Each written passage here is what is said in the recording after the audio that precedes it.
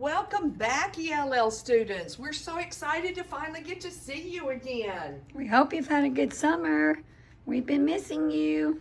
Here's where you put your folders. Remember, your folders go in here. Please bring back your yellow folders so we can have those. Bring them the first day and we'll come collect them. Here's our rooms. We have everything ready for you. We're so excited to get you to read to us, to write for us again. And you all did good on your scores. We can't wait to tell you how your WIDA test went.